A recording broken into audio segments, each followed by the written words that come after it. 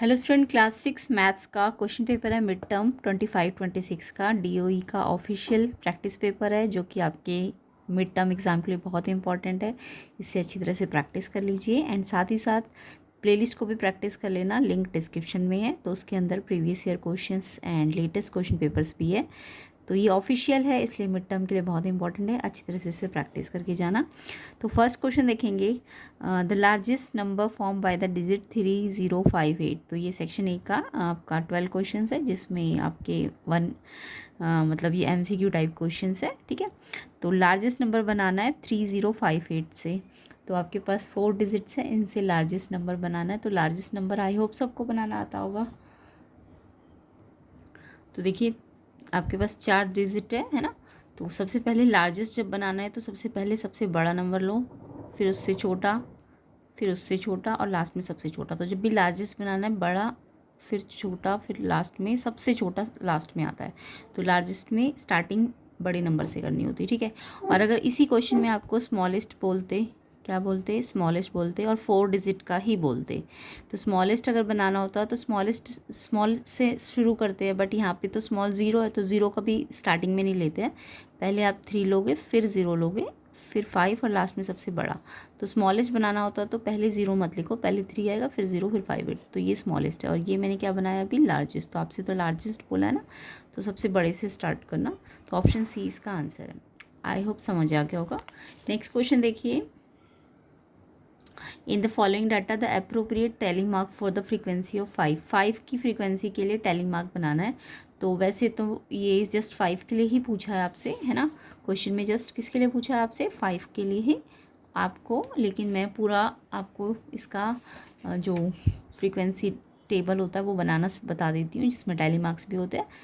But आपसे just 5 से पूछा है तो 5 को काउंट कर लो कितनी बार है। 1, इस लाइन पे देखो 5 कितनी बार है, 1 2 3 4 5 6 7, 7 टाइम्स है ना।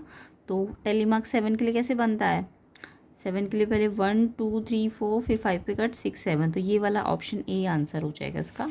बाकी कैसे बनता है पूरा फ्रीक्वेंसी डिस्ट्रीब्यूशन टेबल, तो ये आपको बनाना आता ही होगा। तो पूछा नहीं है आपसे इसमें, बट मैंने आपको एक्स्ट्रा में बता दिया कि अगर ये बनाने को आए तो कैसे बनाओगे। इसमें 1 देखो कितनी बार आया है, तो 1 इस लाइन में कितनी बार है, 1 2, फिर दूसरी लाइन में है ही नहीं, 3 4 5। तो 1 आपका 5 टाइम्स है, यानी इसकी फ्रीक्वेंसी 5। ऐसे 2 की फ्रीक्वेंसी देखो, 3 की देखो, 4 की देखो, 5 आपका 7 बार अभी मैंने काउंट करके बताया था। और 6 कितनी बार है, 5 टाइम्स है। तो आपको तो जस्ट 5 के लिए पूछा तो 7 टाइम्स है ना। तो 7 टाइम्स के लिए कैसे बनाते हैं, पहले 1 2 3 4, फिर 5 पे कट लगेगा, फिर 6 7। तो आंसर ए ऑप्शन है। तो ये बनाना नहीं है पूरा, बट बता दिया एक्स्ट्रा इन्फॉर्मेशन के लिए। तो ये आंसर है ए ऑप्शन। ठीक है, नेक्स्ट क्वेश्चन देखेंगे, the sum of smallest and largest 3 digit number. तो पहले आपको क्या करना है, स्मॉलेस्ट नंबर पूछा है एंड फिर लार्जेस्ट भी बोला है। 3 डिजिट नंबर होना चाहिए, स्मॉलेस्ट भी और लार्जेस्ट भी। फिर उसके बाद उसका सम भी करना है आपको। सम मतलब प्लस होता है। ठीक है, तो यहाँ पे आपको पता है सबसे पहले आपको लार्जेस्ट 3 डिजिट नंबर और स्मॉलेस्ट 3 डिजिट नंबर बनाना आना चाहिए। तो 3 डिजिट बोला है तो तीन प्लेसेस आनी चाहिए, है ना, 1 2 3। तो 3 डिजिट का लार्जेस्ट जब भी बोले तो उतने जितने डिजिट का होता है उतनी बार 9 लिख दो। तो 1 2 3 3 बार 9 लिख दोगे। ऐसे स्मॉलेस्ट 3 डिजिट नंबर बनाना है तो पहले 1 लिखो और फिर 2 बचे हुए प्लेसेस है तो 0 आ जाएगी। पहले 1 फिर 0 0। तो स्मॉलेस्ट बनाने के लिए 1 लिख के 0 लगाते हैं एंड लार्जेस्ट बनाने के लिए जितने प्लेसेस होते हैं उतनी बार 9 लिख देते हैं। ठीक है, अब यहाँ पे सम बोला है तो प्लस कर दो इन दोनों को। सम बोले तो प्लस करना है, 909 909 9 और 1 10। और अगर डिफरेंस बोलते तो माइनस कर देते हैं ना। तो ऑप्शन बी आंसर है, सम बोला है 1099। ऑप्शन बी इसका करेक्ट आंसर है। तो आपको पहले इन क्वेश्चंस को खुद प्रैक्टिस करनी है एंड देन आंसर, वीडियो को पॉज करके पहले खुद करना एंड देन अपने आंसर्स को मैच कर लेना। तो आपकी प्रैक्टिस अच्छी तरीके से हो जाएगी। तो इसका आंसर क्या है, ऑप्शन बी 1099। नेक्स्ट क्वेश्चन देखिए, नेक्स्ट क्वेश्चन है आपका, out of the following Virahanka numbers sequence. तो विरहंका नंबर सीक्वेंस सभी बच्चों को आती होगी, न्यू बुक में आपकी विरहंका नंबर सीक्वेंस बनी होती है। तो विरहंका नंबर सीक्वेंस में सबसे पहले तो 1 आता है, ये तो सब में ही लिखा हुआ है इन्होंने। उसके बाद 2 भी आता है, ये भी ठीक है। बट नेक्स्ट वाला आपका 3 भी आता है, ये भी ठीक है। 1 2 3 तक तो सारे है, 1 2 3। ये दोनों तो कट हो गए। कैसे बनती है व्रिंका सीरीज़, आपको बनानी आनी चाहिए। देखो मैं बनानी सिखा देती हूँ व्रिंका सीरीज़। तो व्रिंका सीरीज़ के लिए हम क्या करते हैं, सबसे पहले हमें पता है 1, फिर 1 के बाद क्या लिखेंगे 2।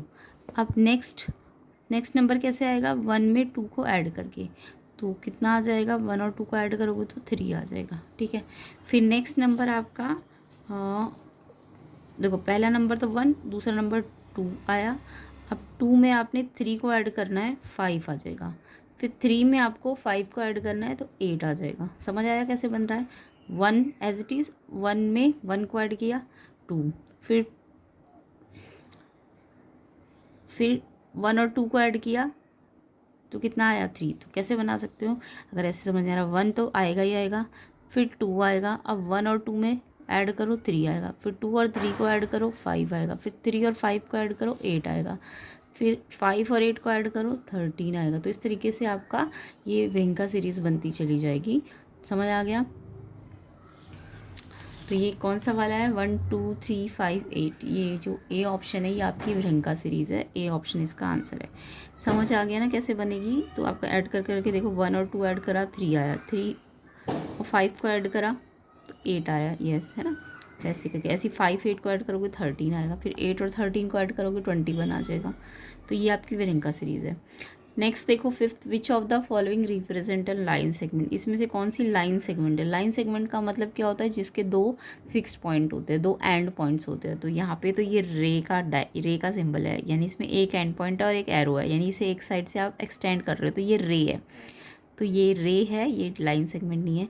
पी क्यू में कोई मतलब एंड पॉइंट ही नहीं बना रखा, इट मीन्स ये आपकी लाइन है, लाइन के कोई एंड पॉइंट नहीं होते, है ना। तो पी क्यू तो क्या है, आपकी लाइन है। ए भी देखो यहाँ पे इसके एंड पॉइंट दिखा रखे हैं, ये एक लाइन सेगमेंट है, तो ए भी आपकी लाइन सेगमेंट है। एंड एक्स वाई भी आपकी क्या है, लाइन ही है, क्योंकि यहाँ भी 2 एरो बने हैं, इट मीन्स ये भी लाइन है ना। तो ये ए भी जो है आपका लाइन सेगमेंट है।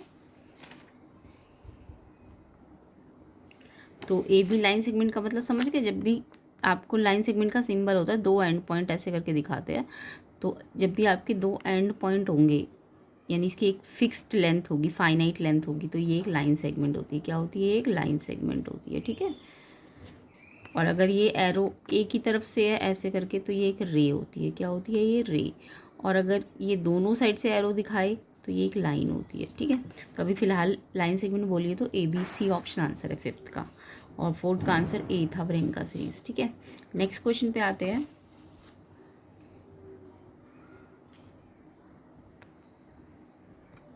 नेक्स्ट क्वेश्चन देखिए, the next number in the sequence देखिए, 100 के बाद 90, फिर 90 के बाद 80, फिर 70। आपको क्या दिख रहा है, 10 कम होता जा रहा है, तो 70 से 10 लेस कर दो तो 60 आ जाएगा। तो 60 आंसर है, ए ऑप्शन। नेक्स्ट क्वेश्चन देखिए, the palindromic out of the following is. अब ये पैलिंड्रोमिक आउट क्या होता है, ये बहुत सारे बच्चों की न्यू बुक्स लगी है तो पैलिंड्रोमिक आउट का मतलब नहीं पता होगा। तो देखो इसका मीनिंग समझ लेते हैं पहले। तो पैलिंड्रोमिक क्या होता है, एक वर्ड या नंबर या फिर कोई भी फ्रेज़, ठीक है। कोई भी वर्ड हो सकता है, कोई भी नंबर हो सकता है, या कोई फ्रेज़ हो सकता है, जो कि जिसके कैरेक्टर्स जो होते हैं ना, जब हम रीड करेंगे ना, तो चाहे बैकवर्ड रीड करें चाहे फॉरवर्ड रीड करें, सेम ही आनी चाहिए। मतलब आगे से भी मतलब अगर आप इस नंबर को बैकवर्ड रीड करोगे तो ये वही नंबर आना चाहिए। तो जिसका बैकवर्ड और फॉरवर्ड रीडिंग करने पे सेम नंबर मिल जाए या सेम कैरेक्टर मिल जाए, उसको पैलिंड्रोमिक कहते हैं, ठीक है। क्लियर हो गया। अब मेरे को अगर देखना है कि इसमें से पैलिंड्रोमिक कौन कौन से है, तो अगर मैं मान लो फर्स्ट वाले को देखूँ, ये वाला 1912 1912 को, तो देखो इसमें अगर मैं, ये मेरा अभी तो गिवन है मेरे को 1912 फिर 1912, अब मैं इसको बैकवर्ड रीड करूँगी तो पहले क्या आएगा, 2 आ जाएगा, फिर क्या आ जाएगा, 1 आ जाएगा, फिर क्या आएगा, 9 आएगा, फिर क्या आएगा, 1, फिर इसके बाद इसका 2 आएगा, फिर 1 आएगा, फिर इसके बाद इसका 9 आएगा, फिर 1 आएगा। क्या ये सेम आ रहा है, देखो ये 19 है जबकि ये 21 आ रहा है, तो ये तो नहीं है पैलिंड्रोमिक, क्लियर। सेम ऐसे इसका सेकेंड वाला देखो 71317, 71317। अब इसे आप बैकवर्ड लिखो, पहले 7 आएगा, फिर 1 आएगा, फिर 3 आएगा, फिर 1 आएगा, फिर 7 आएगा। अब ये देखो सेम आ गया ना वापस। तो जब बैकवर्ड रीड करे या फॉरवर्ड रीड करे तो सेम अगर आ रहा है तो ये पैलिंड्रोमिक है। तो इसमें सिर्फ पैलिंड्रोमिक यही वाला है, बाकी आप करके देखो। ये आपका देखो 5151 आ जाएगा। क्या आ जाएगा इसमें, ये आपका पहले 5 आएगा, फिर 1 आएगा, फिर 5 1 आएगा। तो ये तो डिफरेंट हो जाएगा ना, सेम ऐसे इसमें भी डिफरेंट हो जाएगा। तो पैलिंड्रोमिक कौन सा है, बी ऑप्शन। क्लियर हो गया। पैलिंड्रोमिक का मीनिंग भी समझ आ गया होगा सारे बच्चों को। तो कमेंट करना किन किन को समझ आ गया है, और वीडियो को शेयर ज़रूर करना, लाइक करना, एंड चैनल में नहीं हो तो चैनल को सब्सक्राइब भी कर देना। प्लेलिस्ट को ज़रूर चेक करना, बहुत सारे क्वेश्चन पेपर्स की प्रैक्टिस करा रखी है, और ये तो आपके लिए एग्जाम के लिए, मिड टर्म के लिए बहुत इंपॉर्टेंट है। अच्छी तरह से इसे प्रैक्टिस करके जाना। नेक्स्ट आपको ट्विन प्राइम बोला गया। ट्विन प्राइम्स क्या होते हैं, देखो ट्विन प्राइम का मतलब भी आपको पता होना चाहिए। प्राइम नंबर होते हैं, ट्विन प्राइम मतलब दो प्राइम नंबर, जिसमें एक प्राइम नंबर जो होता है ना वो या दूसरे वाले प्राइम नंबर से या तो 2 कम होगा या 2 ज़्यादा होगा। मतलब एटलीस्ट दो प्राइम नंबर के बीच में 2 का डिफरेंस होना चाहिए। तो जब दो प्राइम नंबर के बीच में 2 का डिफरेंस होगा, या तो वो 2 ज़्यादा होगा या 2 कम होगा, तो वो ट्विन प्राइम है। तो आपको यहाँ पे ना 13 का ट्विन प्राइम बोला है। किसका ट्विन प्राइम बोला है, 13 का। तो 13 का ट्विन प्राइम या तो 13 से पहले 2 नंबर पीछे जाओ 11, या फिर 13 के 2 नंबर बाद जाओ तो 15। तो 15 तो प्राइम नंबर होता नहीं है ना, 15 तो 5 के टेबल में भी आता है ना। तो प्राइम नंबर तो सिर्फ अपने टेबल में आते हैं या 1 के टेबल में। तो 13 के अगर मैं 2 प्लस जाती हूँ तो वो 11 आ रहा है, और 2 बाद में जाती तो 15 आ रहा है। 15 आपका प्राइम नंबर नहीं है, तो 13 से 2 लेस वाला ले लो 11। तो यानी 11 आपका आंसर है। तो इसका आंसर 11, ऑप्शन नंबर कौन सा है, ऑप्शन नंबर सी आ जाएगा इसका आंसर, है ना। और इसका बी था, तो सी ऑप्शन आंसर है इसका। पैलिंड्रोमिक में बी था आंसर। ओके, तो समझ आ गया ट्विन प्राइम का मीनिंग भी आपको। कमेंट ज़रूर करना कि आपको समझ आ गया है। नेक्स्ट क्वेश्चन देखिए, an angle measure 100 degree shown by. तो इन्होंने बोला 100 डिग्री का एंगल कौन सा आपका जो ये प्रोटेक्टर है वो बना रहा है।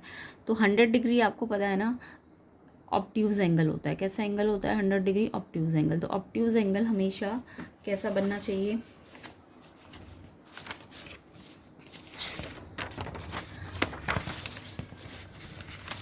देखो अगर आपकी रे इस साइड है, इस साइड, तो 90 तो ऐसे बनेगा, ऐसे स्ट्रेट एल। ये कितने का एंगल होता है, 90 का।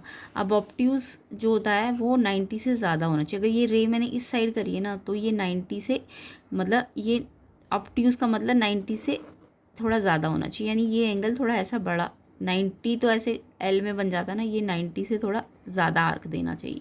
तो ये हमारा ऑब्ट्यूज एंगल होता है, ठीक है। ऑब्ट्यूज एंगल तो 100 आपका ऑब्ट्यूज एंगल है। तो अगर आपकी आर्क इधर है तो ये थोड़ा आर्क 90 से ज़्यादा आनी चाहिए।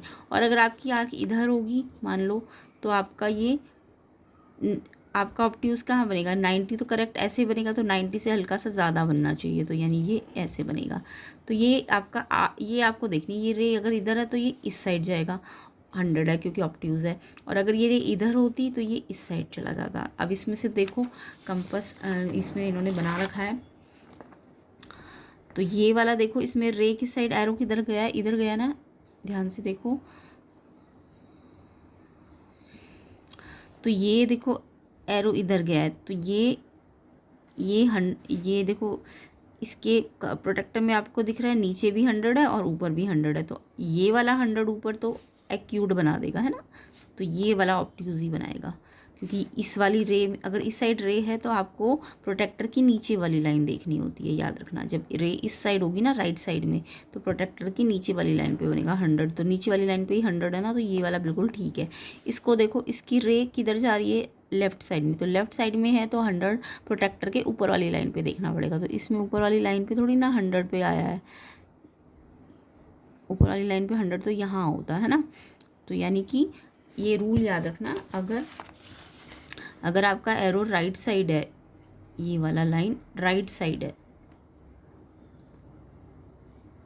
ठीक है। ये एरो अगर आपका राइट साइड है, राइट साइड से मतलब राइट हैंड, तो आपका जो प्रोटेक्टर है आप उसे कौन सा वाला लाइन देखोगे, बॉटम वाली लाइन देखना। कौन सी वाली लाइन देखना, बॉटम वाली, अप वाली मत देखना। समझ आया? तो 100 डिग्री का बॉटम वाली लाइन पे मिल जाएगा अगर ये एरो आपका राइट है। समझ आया? या फिर ऐसे याद करो कि ये ऑब्ट्यूज टाइप का होना चाहिए, 100 ऑब्ट्यूज होता है। और आपका एरो अगर लेफ्ट है, लेफ्ट हैंड की तरफ है, तो आपका जो प्रोटेक्टर के ऊपर जो लाइन देखोगे वो टॉप वाली लाइन देखना। कौन सी वाली लाइन देखना, टॉप वाली। क्लियर हो गया? तो इस तरीके से आप इसे याद रख लेना, या फिर आप ऑब्ट्यूज का केस याद रखना। अगर इधर है तो ऐसे थोड़ा बड़ा 90 से ज़्यादा बनना चाहिए, ये वाला भी 90 से ज़्यादा, यानी इस तरफ जाएगा। तो यहाँ पे मेरा एरो इधर है तो इसलिए ये 100 नीचे यहाँ वाली लाइन पे दिखेगा। इस पे देखो ये इस साइड एरो है तो ये आपको नीचे वाली लाइन पे थोड़ा देखना है, ऊपर वाली लाइन पे 100 तो यहाँ आना चाहिए था, तो ये गलत है। ये वाला तो 90 पे ही आ गया है, तो ये तो और भी 90 दिखा रहा है। ये वाला देखो इस साइड है ना, तो लेफ़्ट साइड पे कहाँ देखना है, टॉप वाले पे, बॉटम वाले पे को नहीं देखना, टॉप वाले को देखना है, तो ये इधर आना चाहिए था, है ना। तो यानी ये वाला ही सही है आपका। तो किस किस को ये समझ आ गया कि या तो ऑब्ट्यूज के अकॉर्डिंग कर लो, या फिर आप टॉप या बॉटम वाली लाइन देख लिया करो, ठीक है। तो आंसर क्या है इसका, 100 डिग्री ए ऑप्शन आ जाएगा, ठीक है। नेक्स्ट क्वेश्चन देखिए। नेक्स्ट क्वेश्चन आपका है, which of the following number can be shown as a square. इसमें से कौन से नंबर है जो स्क्वायर हो सकते हैं। स्क्वायर मतलब जिन जो ना मतलब दो नंबर्स के स्क्वायर के फॉर्म में लिखे जा सकते हैं। जैसे 2 है, 2 क्या किसी का स्क्वायर होता है। जैसे मैं एग्जांपल दूँ, अगर 1 है तो 1 क्या लिख सकते हो, 1 इंटू 1, है ना, यानी स्क्वायर का मतलब 2 बार। तो 1 इंटू 1 लिखा जा सकता है, यस। 2 क्या लिखा जा सकता है, 2 किसी के स्क्वायर में लिखा जा सकता है, नहीं लिखा जा सकता। 3 भी नहीं लिखा जा सकता। 4 को हम लिख सकते हैं 2 इंटू 2, यानी सेम नंबर को सेम नंबर से मल्टीप्लाई करो तो वो स्क्वायर होता है एक तरह से, यानी इसको 2 का ऐसे स्क्वायर, पावर 2 का स्क्वायर लिख सकते हैं। 2 कितनी बार है, 2 बार है, तो कितना आ जाएगा 4। तो 4 भी एक स्क्वायर है और 1 भी क्या है, एक स्क्वायर है। इससे 5 किसी का स्क्वायर नहीं है, 6 किसी का स्क्वायर नहीं है, 7 भी नहीं है, 8 भी नहीं है, 9 देखो, 9 आपका क्या लिखा जा सकता है, 3 इंटू 3, यानी ये 3 का स्क्वायर है। तो इसे क्या पढ़ेंगे, 3 स्क्वायर इक्वल टू 9। तो 9 भी आपका स्क्वायर है। तो कौन कौन से नंबर स्क्वायर है, 1 यानी 1 इंटू 1, 2 इंटू 2 यानी 4, 3 इंटू 3 यानी 9, 4 इंटू 4, 4 इंटू 4 यानी 16, 16 आपका स्क्वायर है। ऐसी 5 इंटू 5 25, 25 आपका स्क्वायर है। तो ये टाइप के नंबर स्क्वायर में लिखे जा सकते हैं। आई होप समझ आ गया होगा, ठीक है। तो इसका आंसर क्या है, कौन सा नंबर स्क्वायर है, तो इसमें से 4 जो है एक स्क्वायर है। क्लियर। नेक्स्ट क्वेश्चन पे आते हैं। नेक्स्ट क्वेश्चन है, अ रे has one and point, goes endlessly in both directions, has one source point, has a definite length। तो अभी मैंने थोड़ी देर पहले आपको रे का बताया था। रे कैसा होता है, तो मैंने आपको बताया था जो रे होता है वो एक तरफ से उसका एंड पॉइंट होता है और एक तरफ से उसे एक्सटेंड कर सकते हैं। इस टाइप के नंबर को हम रे कहते हैं, ठीक है। तो रे क्या होता है, रे होता है जो एक एंड पॉइंट हो और एक तरफ से आप इसे एक्सटेंड कर सकते हो, तो इसे रे कहते हैं, ठीक है। तो इसे पढ़ेंगे कैसे, जैसे मान लो ये ए बी है, तो ये ए एंड पॉइंट से लेके बी पे जा रही है। या फिर अगर मान लो कोई ऐसे है, इसका नाम कैसे पढ़ोगे आप, तो एंड पॉइंट क्या है सी और जा किस तरफ रही है डी, तो इसे सी डी रे पढ़ेंगे, ठीक है। तो सी डी, डी सी मत पढ़ना, उल्टा लिख दोगे, तो ऐसे रे को पढ़ा जाता है। क्लियर। तो इसमें पूछा है रे कैसी होती है, रे का एक एंड पॉइंट होता है। हाँ अभी मैंने बताया ना, रे का एक एंड पॉइंट होता है, बिल्कुल ठीक है। क्या ये एंडलेसली बहुत डायरेक्शन में जाती है, नहीं, वो तो लाइन होती है जो दोनों डायरेक्शन में चलती है, तो ये तो लाइन के बारे में है। वन सोर्स पॉइंट, नो, इसका एंड पॉइंट एक होता है, ठीक है। और डेफिनेट लेंथ भी नहीं होती, एक तरफ से तो इसे इनफाइनाइट बढ़ाया जा सकता है ना, तो इसका आंसर है has one and point, A option है आंसर, ठीक है। रे का एक एंड पॉइंट होता है, रे का एक एंड पॉइंट होता है, ठीक है। क्लियर। तो रे की डेफिनेशन भी कह सकते हो इसे आप। नेक्स्ट देखो, in Collatz conjecture rule for odd number, जो कॉलेड्स कंजक्चर होता है उसमें ऑड नंबर के लिए क्या रूल है, पहला है कि मल्टीप्लाई 3 से करो, ऐड 1 करो, या फिर डबल करो नंबर को, या हाफ करो नंबर को, या मल्टीप्लाई बाय 2 एंड ऐड 1। तो जो कॉलेज कंजक्शन रूल है ना, उस रूल को मैं आपको बता देती हूँ। रूल क्या है, इवन नंबर अगर है तो उसको आपको 2 से डिवाइड करना है, क्लियर। और अगर ऑड नंबर है, ऑड नंबर के लिए रूल है कि उसे मल्टीप्लाई 3 से करते हैं एंड देन ऐड 1 करते हैं। कितना ऐड करते हैं, 1। तो ऑड के लिए पूछा है क्वेश्चन में, तो इसलिए 3 से मल्टीप्लाई एंड ऐड 1 करना है। अगर इवन के लिए पूछते तो डिवाइड बाय 2 होता है। तो दोनों रूल याद रखो, कोई भी पूछा जा सकता है। तो कॉलेज कंजक्शन में इवन के लिए क्या रूल है, ऑड के लिए क्या रूल है, ऑड के लिए रूल है मल्टीप्लाई 3 से करना है, ऐड 1 करना है। ए ऑप्शन आंसर है इसका, क्लियर। तो ये रूल आपको समझ आ गया होगा, ए ऑप्शन आंसर है। और अगर इवन होता तो डिवाइड बाय 2। नेक्स्ट क्वेश्चन है, आपको इन डिजिट्स का यूज़ करना है 50, 300, 120, 1500। कुछ ऐसे यूज़ करना कि आंसर 4800 आ जाए। अब देखो आपको इसमें क्या दिया हुआ है, ये 2 नंबर है, इनको मल्टीप्लाई करना है, फिर माइनस कुछ करना है एंड देन प्लस कुछ करना है, देन आपका 4800 आना चाहिए। तो 4800 में अगर लाना है तो अगर मैं यहाँ पे देखो 1500 ले लेती हूँ और मैं मिनिमम 50 से भी मल्टीप्लाई करती हूँ, स्टार्टिंग में अगर मैं 1500 ले लेती हूँ और 50 से भी मल्टीप्लाई करती हूँ, तो सोचो कितना आ जाएगा। तो अगर मैंने 1500 लिया और उसे कम से कम 50 से मल्टीप्लाई किया तो कितना मिल गया मेरे को, 15 5 75 30। तो ये तो 75,000 यहीं पे आ गया है ना। तो 75,000 तो बहुत ज़्यादा है, 4800 तो जो हमें आंसर चाहिए वो बहुत छोटा है। तो हमें 1500 बड़ा नंबर तो नहीं लेना, हमें 2 छोटे नंबर लेने पड़ेंगे। अब वो 2 छोटे नंबर क्या ले सकते हो आप ना 300 और 50 को ले लो, है ना। तो ये 15,000 हो जाएगा, क्लियर। नहीं, 15,000 भी ज़्यादा हो जाएगा ना। आप क्या लो, 120 इंटू 50 को लो, 120 इंटू 50 6000 होगा। 6000 से 4800 ईजिली आ जाएगा। तो हमें यहाँ पे ऐसे कॉम्बिनेशन बना के देख लेने हैं। तो अगर हम 50 और 120 को मल्टीप्लाई करें तो मेरे को 6000 मिल जाएगा। उसके बाद कुछ माइनस करना है, तो माइनस कितना करो, माइनस आप 300 माइनस करो कि 1500, आपको 4800 चाहिए तो आप 1500 पहले माइनस करो। तो ये 1500 माइनस करोगे तो ये 4500 आ जाएगा, और फिर लास्ट में जो 300 है वो प्लस कर देना है, तो आपका 4800 आ जाएगा। तो समझ आ गया, पहले इन दोनों को लिखना है, फिर माइनस 1500 लिखना है, फिर 300, तो आपका और 4800 आएगा। तो इस तरीके से इस क्वेश्चन को करना है। नेक्स्ट क्वेश्चन है, angle of 40 degree using a protractor. तो प्रोटेक्टर की हेल्प से 40 डिग्री का एंगल बनाना है। तो देखिए 40 डिग्री का एंगल बनाने के लिए सबसे पहले प्रोटेक्टर को ऐसे एडजस्ट करो, ठीक है, ऐसे स्ट्रेट एडजस्ट करना। इसके बाद जो इसका ये जो सर्कल, ये जो इसका नीचे वाला डायमीटर वाला पार्ट है, उसका ये मिड होता है, मिड के यहाँ पे आप ऐसे पॉइंट लगा दो। अब मैंने आपको रूल बताया, अगर आप राइट साइड पे इसकी रे बनाते हो, किस साइड बनाते हो, राइट साइड पे रे बनाते हो। अब क्योंकि 40 डिग्री का एंगल तो एक्यूट होता है ना, एक्यूट मतलब 90 से छोटा होना चाहिए। तो अगर एक्यूट चाहिए हमको, तो अगर रे आपने राइट साइड बनाई है, किस साइड बनाई है, मतलब अगर राइट साइड बनाई है, तो मैंने कौन सी लाइन देखने को कही है आपको, टॉप की बॉटम, मैंने आपको बॉटम वाली लाइन बोली है। आपको अपने प्रोटेक्टर की बॉटम वाली लाइन देखनी है, ठीक है। अगर राइट साइड पे रे बना रहे हो आप अपनी, तो बॉटम वाली लाइन देखना, या एक्यूट एंगल के हिसाब से बनाना। एक्यूट का मतलब इस रे के तरफ होना चाहिए, छोटा होना चाहिए, है ना। तो 40 वाला देखो नीचे वाली लाइन पे कम इस तरफ ही आ रहा है ना, एक्यूट की तरह आ रहा है, और ऊपर देखोगे तो 140 आ रहा है,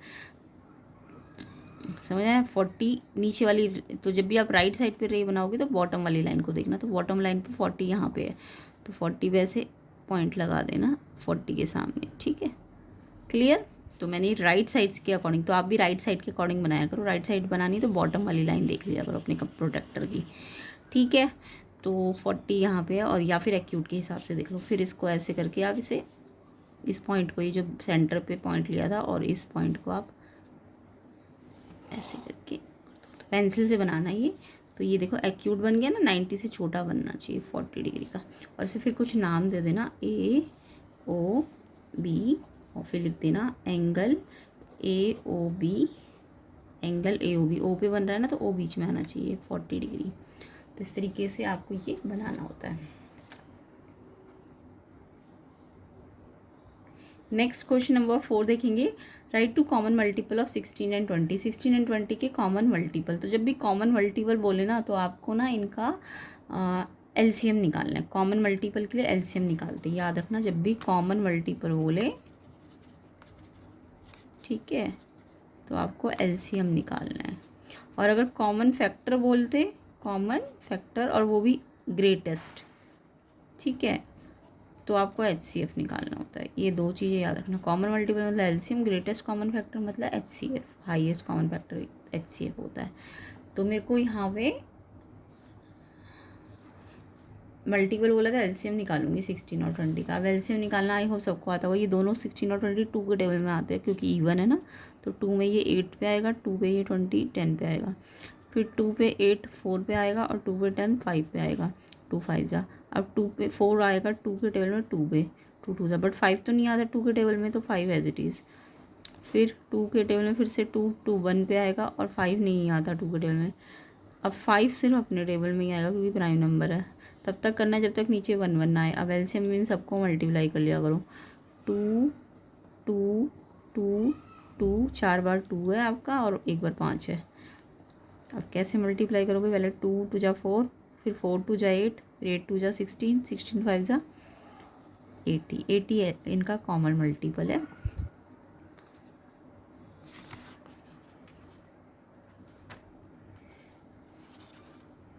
अब इन्होंने इसके ना दो कॉमन मल्टीपल बोले हैं, तो पहला कॉमन मल्टीपल 80 मिल गया ना, तो 80 का टेबल को अब आप पढ़ोगे तो 80 160, तो दूसरा कॉमन मल्टीपल 160 मिल जाएगा। तो पहला कॉमन मल्टीपल जो भी आएगा फिर उसी का आप टेबल रीड करो तो नेक्स्ट मल्टीपल आ जाएगा। तो 80 के टेबल को पढ़ना आता है ना, 80 1 जा तो 82 जा कितना होता है 160, 83 जा कितना होता है 240, यानी इसे 1 से मल्टीप्लाई किया, इसे 2 से कर दो 80 को, फिर 80 को 3 से कर दो, तो और भी आपको मल्टीपल्स मिल जाएंगी।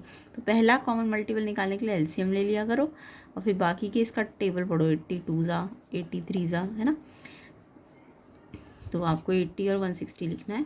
इस क्वेश्चन को करने का एक और तरीका था, आपको 16 और 20 के मल्टीपल बोले तो आप पहले 16 का टेबल लिखो, 16 20, 16 1 जा 16 2 जा 32 48 64 80, फिर ऐसे 20 का भी लिखो, 20 40 60 80। तो आपको फर्स्ट कॉमन मल्टीपल मिला ना 80, तो पहले इनके इसके मल्टीपल लिखिए, इसके मल्टीपल लिखिए, जो फर्स्ट कॉमन मल्टीपल मिल गया ना 80, अब 80 के बाद 80 का टेबल कर लो, तो 80 160, तो दो कॉमन मल्टीपल आ जाएंगे आपके पास, है ना। तो इस तरीके से भी आप कर सकते हो। नेक्स्ट देखो,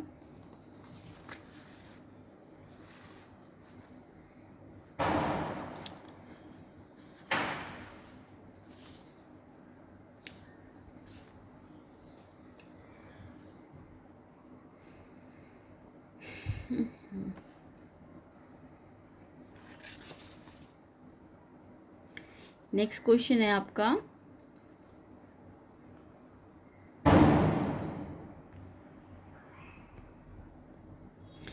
fifth question, the following table shows the number of biscuits in different packets. और इसमें बोला एक जो डायग्राम है वो 5 बिस्किट्स के बराबर है, ये ध्यान से पढ़ना, ये एक किसके बराबर है 5 के बराबर है।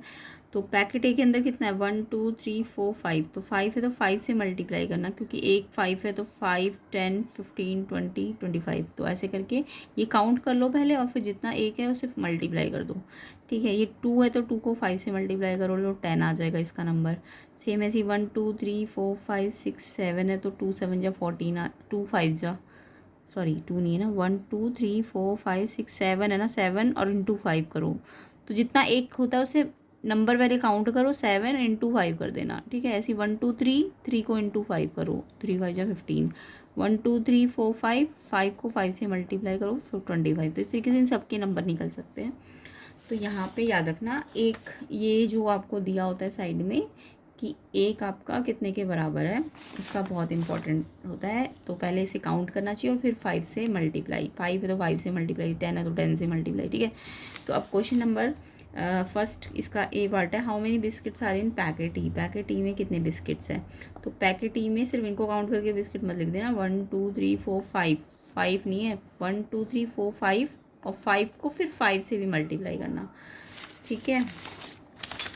तो 5 तो इसके नंबर ऑफ डायग्राम्स है और एक कितना है 5 के बराबर है, तो 5 को 5 से मल्टीप्लाई करके 25 बिस्किट्स आ जाएगा, ठीक है। इसके बाद इन्होंने पूछा है कि which packet has more number of biscuit, किस में सबसे ज़्यादा बिस्किट है एंड कितने हैं, हाउ मैनी। तो पहले तो सबसे ज़्यादा किस में दिख रहा है आपको, इसमें दिख रहा है ना, इसमें से 1 2 3 4 5 6 7 सबसे ज़्यादा इसी में ही है ना, पैकेट सी में, लेकिन 7 नहीं है, 7 तो इसके डायग्राम्स है। तो पैकेट सी में सबसे ज़्यादा है, कितने हैं 7, तो उसके नंबर दिख रहे हैं और एक 5 के बराबर है, तो 5 से मल्टीप्लाई करो तो 35 बिस्किट्स है इसमें। क्लियर। तो इस तरीके से आपको ये पिक्टोग्राफ स्टडी करना होता है एंड देन इसके आंसर देने होते हैं। नेक्स्ट क्वेश्चन है, at what time during the day the hand of clock made. किस टाइम पे, डे टाइम, यहाँ पे देखो डे टाइम पे पूछा है। हैंड ऑफ क्लॉक, एक स्ट्रेट एंगल बनाएंगे, एट व्हाट टाइम। हाँ, तो इसमें at what time during the day, इन्होंने ये नहीं पूछा कितनी बार बनाएंगे, इन्होंने बोला किस टाइम पे डे में हैंड ऑफ क्लॉक एक स्ट्रेट एंगल बनाएंगे। तो अगर एक ही टाइम पूछा क्वेश्चन में थोड़ा सा कन्फ्यूज़न है, क्योंकि स्ट्रेट एंगल ना, अगर दिन में मैं 12 घंटे मान रही हूँ तो स्ट्रेट एंगल ना 11 टाइम्स बनता है। ठीक है, स्ट्रेट एंगल कितनी बार बनेगा, 11 बार। जैसे जैसे जब 6 o'clock हो रहा होगा तब आपका स्ट्रेट एंगल बन जाएगा। फिर ऐसे ही जब 7:05 हो रहा होगा तब भी आपका स्ट्रेट एंगल बनेगा। फिर 8:10 के टाइम पे भी, बल्कि 8:10 पे नहीं, थोड़ा सा हल्का सा वो होता है। तो यानी टोटल ड्यूरिंग डे टाइम ना 11 टाइम्स स्ट्रेट एंगल बनते हैं। तो इन्होंने अगर कोई टाइम पूछा है तो आप 6 o'clock लिख सकते हो, बट अगर पूछा है कितनी बार बनेगा तो उसका आंसर फिर आपको ऐसे लिखना पड़ेगा कि 12 घंटे में 11 बार बनेगा, और अगर पूरे 24 घंटे में बोलूँ तो 22 टाइम्स बनता है। कितनी बार बनता है, 22 टाइम्स। अगर ये टाइम्स बोल रहे कितनी बार बनेगा तो 24 आवर्स में तो आपका 22 टाइम्स स्ट्रेट एंगल बनता है। और अगर डे टाइम पूछा है तो आधा कर दो, तो डे टाइम में ये 11 टाइम्स बनेगा। क्लियर। और अगर इन्होंने पूछा है किस टाइम पे, तो आप 6 o'clock लिख देना। अब ये क्वेश्चन कंफ्यूज कर रहा है, तो अगर टाइम पूछा है तो 6 o'clock और भी टाइम पे बनता है। 6 o'clock में स्ट्रेट एंगल 180 बनता है। ऐसी राइट एंगल आपका ना 3 o'clock में बनेगा, 3 o'clock में। ठीक है, और भी बहुत टाइम पे बनेगा, बट 3 o'clock लिख सकते हो आप डे टाइम के। या फिर आपको राइट एंगल 12 घंटे में ना, डे टाइम में 22 टाइम्स बनेगा। और अगर टोटल 24 घंटे में बोलूँ तो 2 डबल्स कर दो, 44, तो ये 24 आवर्स में बनेगा। तो ऐसे अगर क्वेश्चन आए राइट एंगल दिन में कितनी बार बनता है तो 44 टाइम्स, और अगर डे टाइम में बनेगा तो 22 टाइम्स। ऐसे डे टाइम पे स्ट्रेट एंगल 11 टाइम्स बनेगा, तो टोटल 24 आवर में 22 टाइम्स बनेगा। या फिर आपको कोई टाइम पूछा है तो आप टाइम लिख दो स्ट्रेट एंगल का, 6 o'clock या 3 o'clock, इस टाइप से आप आंसर दे सकते हो। आप अपने स्कूल में देखना मैडम ने कैसे कराया ये क्वेश्चन, तो उसके अकॉर्डिंग आंसर दे देना। नेक्स्ट है 7th, express number 21 in the form of A triangle. तो यहाँ पे बोला है कि 21 को ट्राइंगल फॉर्म में लिखो, तो इसके लिए आपको ट्राइंगल के ट्राइंगुलर नंबर्स के बारे में पता होना चाहिए। तो मैं आपको बता देती हूँ कैसे बनते हैं। तो देखो ट्राइंगुलर नंबर्स के लिए सबसे पहले आप क्या करोगे, जैसे मैंने अभी वृहंका नंबर सिखाए थे आपको, ऐसे ट्राइंगुलर नंबर भी, अगर नॉर्मल नंबर की बात करूँ तो वो 1 2 3 4 5 6 ऐसे होते हैं ना, ये नॉर्मल नंबर है। बट अगर मैं इससे ट्राइंगुलर नंबर बनाऊँ, कैसे बनाऊँ, ट्राइंगुलर नंबर बनाऊँ, तो 1 का तो ट्राइंगुलर नंबर 1 है, यानी कि एक ट्राइंगल एक डॉट से सिर्फ एक ही, मतलब ट्राइंगल एक डॉट से बनेगा, इसका ट्राइंगुलर नंबर 1 है। अगर 2 डॉट से बनाना है, 2 डॉट से तो बनेगा नहीं। अब ये नेक्स्ट वाला ट्राइंगुलर नंबर कब बनेगा, 1 और 2 को ऐड करके, 1 और 1 में ये 2 ऐड करना पड़ेगा आपको, तो 3 आएगा। यानी जो 2 लाइन वाला ट्राइंगल है ना, अगर 2 लाइन वाला ट्राइंगल बनाना है तो वो 3 डॉट से बनेगा। ठीक है, ऐसे ही इस 3 में ये 3 ऐड करो तो नेक्स्ट ट्राइंगुलर नंबर आपको 6 मिलेगा। इस 3 में इस 3 को ऐड करो तो 6 मिलेगा। तो ये कितनी लाइन, 3 है ना, तो यानी इसमें 3 लाइन बनानी। पहली लाइन में 1 डॉट, फिर दूसरी लाइन में 2, तीसरी लाइन में 3 डॉट, तो देखो 6 डॉट आ गए ना। तो 3 वाले लाइन के लिए कितने डॉट चाहिए, 6 डॉट चाहिए। तो ये ट्राइंगुलर नंबर है 1 3 6। सेम ऐसी 6 में आप 4 ऐड करो तो 10 आ जाएगा। तो यानी 4 लाइन वाला ट्राइंगल बनाना है तो उसमें कितने डॉट चाहिए होंगे, 10, क्योंकि पहले में 1 लाइन, फिर 2 लाइन, फिर 3 लाइन, फिर 4 लाइन। ठीक है, समझ आ गया सबको बनाना। ऐसे ही अब इन्होंने बोला है कि 21 डॉट के लिए कितना बनेगा, 21 के लिए ट्राइंगल कैसे बनाना है। तो 21 देखो कैसे आएगा, जब 10 में 5 ऐड किया आपने तो 15 आ गया, फिर 15 में 6 डॉट ऐड किया तो 21। तो 21 के लिए आपको कितनी लाइन बनानी पड़ेगी, 6 लाइन बनानी पड़ेगी। तो 21 के लिए कैसे बनाओगे, पहली लाइन में 1 डॉट, दूसरी लाइन में 2 डॉट, तीसरी लाइन में 3 डॉट बनाने हैं, फोर्थ लाइन में 4 डॉट बनाने हैं, 5th लाइन में 5 डॉट बनाने हैं और 6th लाइन में 6 डॉट बनाने हैं। तो ये आपके 21 डॉट का ट्राइंगल है, यानी इसका 21 ट्राइंगुलर नंबर है। तो कितना बनेगा, कितनी लाइन्स बनानी पड़ेगी, 6 लाइन बनानी पड़ेगी। ठीक है, समझ आ गया। डॉट अगर 21 है तो कितनी लाइन बनानी पड़ेगी, 6। तो इस तरीके से आपको ये वाले ट्राइंगुलर नंबर तो इतने यहाँ तक तो याद ही रखने, 1 3 6 10 15 21। 3 में 2, 6 में 3 वाला बनेगा, 3 लाइन वाला, 10 वाला 4 लाइन वाला बनेगा, 15 5 लाइन वाला बनेगा, 21 6 लाइन वाला बनेगा।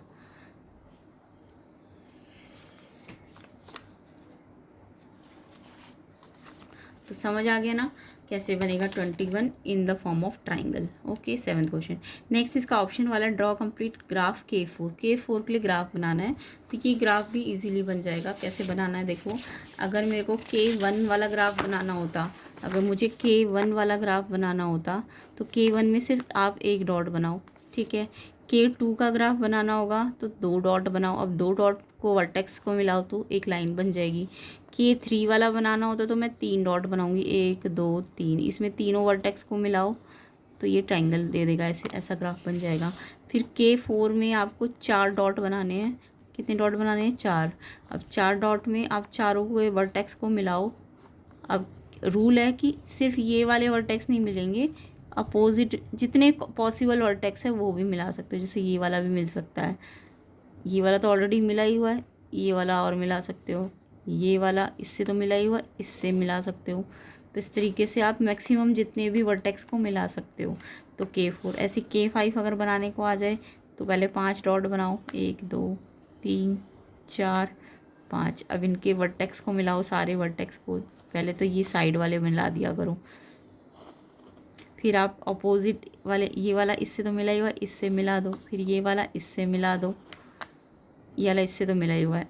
फिर ये वाला इससे मिला हुआ है, इससे मिला हुआ है, इससे मिला दो। और किससे मिल सकता है, इससे तो मिला ही हुआ है। और ये वाला देखो, इससे मिला हुआ है, इससे मिला हुआ है, इस वाले से भी मिल जाएगा और इस वाले से भी मिल जाएगा। तो ये इसका K5 का डायग्राम बन गया। तो K4 का बनाना है तो ये वाला बनाना है आपको। क्लियर। तो इस तरीके से आपको ये क्वेश्चन 7 को कंप्लीट करना है। तो आई होप सबको ये समझ आ गया। तो इसके लिए ये वाला बनाना है। तो हमारा यहाँ पे सेक्शन ABC कंप्लीट होता है। तो सेक्शन ABC आई होप सब बच्चों को समझ भी आ गया होगा। तो नेक्स्ट पार्ट में हम इसका सेक्शन C भी देख लेते हैं जल्दी जल्दी। उसके बाद सेक्शन D को हम बाद में करेंगे। तो सेक्शन C देखिए, write 6 odd number then add them, what kind of number do you get. तो यहाँ पे मेरे को क्या करना है, 6 ऑड नंबर्स लिखने हैं। फर्स्ट 6 ऑड नंबर यानी फर्स्ट स्टार्टिंग से लिखने हैं 6 odd number and then add करके पूछा है कैसा नंबर मिला। तो स्टार्टिंग नंबर ऑड नंबर अगर बोले तो 1 से स्टार्ट होता है ना, सबको पता होगा ऑड नंबर कहाँ से स्टार्ट होता है, 1 से। फिर नेक्स्ट ऑड नंबर एक नंबर छोड़ते जाओ, 1 2 छोड़ो 3 आएगा, 3 के बाद 4 छोड़ो क्योंकि वो तो इवन होते हैं। इवन कौन से होते हैं, 2 4 6 जो 2 के टेबल में आते हैं, 10 ऐसी ये इवन नंबर है। तो ऑड जो होते हैं 1 3 5 7 9 11, तो 6 लिखने हैं, 1 2 3 4 5 6। अब मैंने इन्हें ऐड किया तो 36 आया। अच्छा, ऐड करने का एक सिंपलेस्ट रूल भी होता है, इसको काउंट कर लो, 1 2 3 4 5 6। तो 6 का ना स्क्वायर कर लिया करो, तो 6 × 6 36। चाहे आप सिंपल ऐड अपने आप कर लो, अदरवाइज़ ये रूल से भी कर सकते हो। काउंट कर लो इनको, उसका स्क्वायर कर लो। तो अगर मान लो ये 5 होते तो 5 का स्क्वायर कितना आ जाता, 25। तो यानी इनका सम 25 आ जाता। तो मैंने तो प्लस करके भी देख लिया या ऐसे भी कर सकते हो। तो 36, अब 36 देखो लास्ट में 6 है तो ये इवन नंबर मिला है हमको। ठीक है, नेक्स्ट क्वेश्चन देखो, ड्रॉ एक लाइन करनी है, लाइन सेगमेंट बनाना है, उसका डिफरेंस बताना है उनके बीच में। तो ये क्वेश्चन तो बहुत ही सिंपल है। लाइन कैसे बनानी है, अभी थोड़ी देर पहले मैंने आपको बनानी सिखाई थी। स्केल से बनाना लाइन बनानी है तो आप पहले स्केल से आप एक 4 सेंटीमीटर 3 सेंटीमीटर जितना भी बनाना, और फिर उस पर 2 एरो दिखा देना और फिर यहाँ पे मार्किंग लगा देना। तो इससे से लाइन बन जाएगी। लाइन सेगमेंट में आप अपने स्केल से 4 सेंटीमीटर मान लो लेंथ बनाते हो, तो उसमें 2 डॉट बनाना AB, ये आपका लाइन सेगमेंट है। ठीक है, तो जब डॉट बताओगे तो लाइन सेगमेंट, और जब एरो लगा दोगे तो लाइन है। अब इनमें डिफरेंस भी पूछा है, तो डिफरेंस है लाइन की इनफाइनाइट लेंथ होती है, बहुत मतलब जिनको हम मेज़र नहीं कर सकते, इनफाइनाइट लेंथ है, और इसके कोई एंड पॉइंट नहीं होते। और लाइन सेगमेंट की फाइनाइट लेंथ होती है, मतलब मेज़र की जा सकती है, एंड इसके 2 डिस्टिंक्ट एंड पॉइंट होते हैं, तो इसके 2 अलग अलग एंड पॉइंट्स होते हैं। क्लियर, ये इनमें डिफरेंस है। नेक्स्ट क्वेश्चन है आपका, नेक्स्ट क्वेश्चन 10th है। चंदन ने पार्टी दी अपने फ्रेंड्स को बर्थडे पे, तो उसने टेबल बनाया कलर ऑफ ड्रेसेस का। तो कलर ऑफ ड्रेसेस थी ब्लू, ब्लैक, ग्रीन, और नंबर ऑफ चिल्ड्रन थे ब्लू ड्रेस 8 बच्चों को मिली, ब्लैक वाली 4 को, ग्रीन 3 को। तो इसकी इन्फॉर्मेशन से आपको पिक्टोग्राफ बनाना। तो पिक्टोग्राफ देखो अभी थोड़ी देर पहले बना हुआ था, इसमें पिक्टोग्राफ बना था, आपको क्वेश्चन के आंसर देने थे। अब आपको ये पिक्टोग्राफ बनाना है। तो पिक्टोग्राफ जब भी बनाना होता है तो आप पहले ये कलर ऑफ ड्रेस को हॉरिजॉन्टल से वर्टिकली अरेंज कर दो, है ना। तो कलर ऑफ ड्रेसेस को मैंने ऐसे वर्टिकली अरेंज करा है। And then number of children को ना, नंबर ऑफ़ चिल्ड्रन को मैं कैसे अरेंज करूँगी, पिक्टोग्राफ के फॉर्म में। अब आप ना यहाँ पे देखो 8 है, 4 है, 3 है, 2 है, 5 है, 6 है। तो या आपका 8 थोड़ा ज़्यादा ही बड़ा नंबर है, तो हमने क्या करा, सबसे पहले सबसे छोटे 2 है ना, हमने एक सर्कल को नंबर ऑफ़ चिल्ड्रन से डिनोट करना है। तो सर्कल या ट्राइंगल कुछ भी बना सकते हो आप। सर्कल बना दिया मैंने। तो एक सर्कल मतलब 2 ड्रेसेस है। क्लियर। एक सर्कल मतलब क्या है, 2 ड्रेसेस नहीं, 2 चिल्ड्रन है, 2 चिल्ड्रन है। ठीक है, बच्चों की बात हो रही है ना यहाँ पे, नंबर ऑफ चिल्ड्रन है। तो एक सर्कल मतलब 2 बच्चे। ठीक है। अब आपको मैंने क्या रूल बताया था, जैसे अगर मेरे पास 3 सर्कल है तो इसका मतलब क्या होता है, 3 नहीं होता, 3 इंटू 2 यानी ये 6 होता है ना, ऐसे बताया था ना। बट यहाँ पे जब आप ये बनाओगे ना, अगर आपने एक को 2 माना है, तो अब आप ये जो नंबर है ना 8, इसको 2 से मल्टीप्लाई नहीं करोगे, आप 2 से डिवाइड करोगे। तो 8 को 2 से डिवाइड करो तो कितने आएंगे, 4, यानी आपको 4 सर्कल बनाने हैं। क्लियर। जब आपको सर्कल बने होते हैं तब तो आप इन सर्कल को काउंट करके इससे मल्टीप्लाई करते हो, बट जब आपने इसको 2 माना है एक को, तो अब आपको इसके ये बनाने हैं। तो जितना इसका नंबर है ना 8 है, तो उसको 2 से डिवाइड कर देना, तो 4 सर्कल बनाने पड़ेंगे। सेम ऐसे ही 4, ब्लैक वाले 4 है, तो 4 को 2 से डिवाइड करके देखो तो 2 सर्कल बनाने पड़ेंगे, है ना। सेम ऐसे ही 3 को 2 से डिवाइड करोगे तो एक सर्कल पूरा और एक आधा बनाना पड़ेगा। एक सर्कल पूरा 2 है और एक आधा है, यानी 1 है। आधा सर्कल मतलब 1 हो जाएगा ना। सेम ऐसे ही आपको 2 बनाना है तो एक ही सर्कल बनाना है। फिर 5 बनाना है तो 5 को 2 से डिवाइड करो तो 2 पूरे आएंगे और एक आधा आएगा। ठीक है। उसके बाद 6 के लिए 6 को 2 से डिवाइड करोगे तो 3 आएंगे। तो इस तरीके से आपको ये बनाना है। तो ये कंडीशन आपको देखना है कि ये एक को आप कितना मान रहे हो। अगर ये बनाने हैं तो आप उस नंबर से इसको डिवाइड कर देना, और अगर आपको ये बने हुए हैं और आपको पता करने कितने हैं तो ये काउंट करके नंबर से मल्टीप्लाई करना चाहिए। क्लियर। तो इस तरीके से ये क्वेश्चन हो जाएगा। फिर इसी इन्फॉर्मेशन से आपको बार ग्राफ भी बनाने को बोला है। तो ऑप्शन वाला क्वेश्चन है, या तो पिक्टोग्राफ बनाओ या बार ग्राफ बनाओ। तो आपको दोनों ही आने चाहिए बनाने। तो बार ग्राफ भी आई होप सब बच्चों को आता होगा बनाना। तो सबसे पहले तो ये जो नंबर्स वाला है ना, इनको तो आपको वर्टिकली लाइन पे अरेंज करना है। कैसे, सबसे पहले आप ग्राफ पेपर में ऐसे एक लाइन यहाँ खींचना, एक लाइन ऐसे खींचना। क्लियर। तो ये जो कॉमन पॉइंट है ये 0 मान लिया करो। अब ये 8 तक है ना नंबर, तो 1 2 3 4 5 6 7 8। अगर मान लो 10 या 15 तक होते तो आप 2 2 ले लेते, 2 4 6 ऐसे करके। अभी तो 1 से 8 है तो ज़्यादा बड़ा नहीं है ये, इसलिए मैंने सारे ही ले लिए। अगर 16 तक होता, 20 तक होता तो आप 2 2 का गैप ले लेते हैं ना, 2 4 6। अब आपको ये जो कलर्स है इनको नीचे लिख देना है। अब इसके लिए ना रेक्टेंगुलर बॉक्सेस आपको स्केल से बनाने हैं और ग्राफ पेपर में बनेगा ये प्रॉपर। तो ब्लू के लिए कितना था, ये ब्लू के लिए 8 है। तो रेक्टेंगल अपने स्केल से इस लाइन को 8 तक लेके जाओ और फिर 8 पे ऐसे रोक दो, और फिर इससे एक नीचे रेक्टेंगल बना दो। तो ये ब्लू कलर का होगा। फिर थोड़ा गैप छोड़ना, जितना गैप छोड़ोगे हर बार उतना ही छोड़ना, ग्राफ पेपर में बनता है ये। ठीक है। उसके बाद नेक्स्ट ब्लैक के लिए आपका कितना है, 4 है।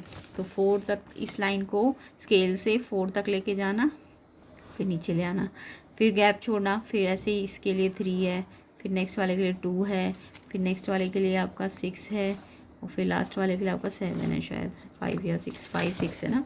हाँ, तो इस तरीके से ये बन जाएगा बार ग्राफ। क्लियर। तो रेक्टेंगल्स बनाने हैं और गैप छोड़ना है बीच में, और फिर यहाँ लिख देना ये कलर ऑफ ड्रेसेस है और ये क्या है थे, नंबर ऑफ चिल्ड्रन थे। तो इस तरीके से आपका बार ग्राफ बन जाएगा। तो आई होप सबको ये क्वेश्चन समझ आ गए होंगे। वीडियो को ज़्यादा से ज़्यादा शेयर कर दो। सेक्शन डी को हम नेक्स्ट पार्ट में कवर कर लेंगे। तो सेक्शन डी कैप्रेकर कांस्टेंट वगैरह के बारे में हम डिटेल में समझेंगे क्या होता है। और पैरेलल लाइंस को भी हम करेंगे, लाइन सेगमेंट वाले सेक्शन को भी कर लेंगे, प्राइम फैक्टराइजेशन सीख लेंगे। तो वीडियो को उसके लिए आपको ज़्यादा से ज़्यादा शेयर करना है, लाइक करना है। और आपके मिड टर्म के लिए बहुत ही इंपॉर्टेंट है ये क्वेश्चन पेपर, तो आपको अच्छी तरह से इसे प्रैक्टिस करना है। और भी latest question papers and previous year questions के लिए आप प्लेलिस्ट को ज़रूर चेक कर लेना, ताकि आपकी प्रिपरेशन और भी अच्छी तरीके से हो सके। तो ये नेक्स्ट पार्ट में मिलेगा। नेक्स्ट पार्ट का लिंक मैं डिस्क्रिप्शन में डाल दूँगी और प्लेलिस्ट का लिंक भी मैं डिस्क्रिप्शन में डाल दूँगी। तो वीडियो को शेयर कर दो, ज़्यादा से ज़्यादा लाइक कर दो, एंड चैनल में नए हो तो चैनल को सब्सक्राइब जरूर कर देना।